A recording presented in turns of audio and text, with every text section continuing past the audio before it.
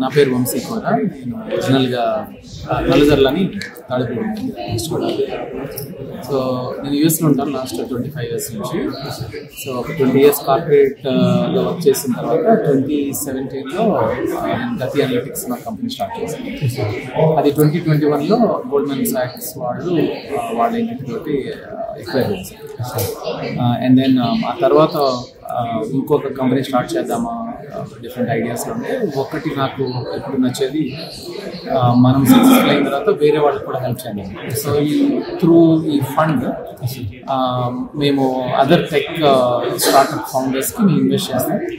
Money ఒకటే కాకుండా వాళ్ళకి కావాల్సిన మెంటరింగ్, కోచింగ్, వాళ్ళు గ్లోబల్ స్కేల్లో ప్రోడక్ట్ని, సర్వీస్ని ఎలాగ మెచ్యూర్ చేయాలి, ఎస్పెషల్లీ యూఎస్ మార్కెట్కి కావాలనుకుంటే ఎలా దాన్ని కాంప్లియన్స్ కానీ డిఫరెంట్ రూల్స్ అని ఎలా చేయాలి. సో అండ్ దెన్ యూఎస్ నుంచి చాలా అడ్వైజర్స్ని, కొంతమంది మీరు ఇందాక ప్రెజెంటేషన్ చూస్తుంటారు, ఎక్స్ సిఐఓస్, సిఇఓస్, వాళ్ళందరూ మాకు అడ్వైజర్లా ఉంటారు. వాళ్ళు ఏ కంపెనీకి ఇన్వెస్ట్ చేస్తామో వాళ్ళకి హెల్ప్ చేస్తారు, వాళ్ళకి కోచ్ చేసి హెల్ప్ చేస్తారు. సో ఇది ఫండ్ ఒక 210 crores రైజ్ చేసాం.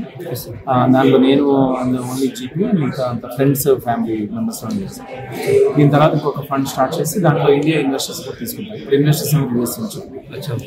సో ఓవరాల్గా 15 to 20 కంపెనీస్లో ఇన్వెస్ట్ చేస్తాం next 3 yearsలో. And more than half of them will come from India. I'm really hoping that all of them will come from Hyderabad for now. Hyderabad or Andhra.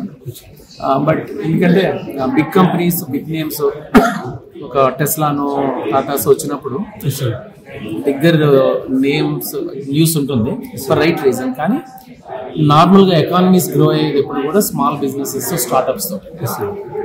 So మేము hopefully ఏంటంటే మేము దానికి ఆ eco సిస్టమ్కి we would like to contribute and help others grow.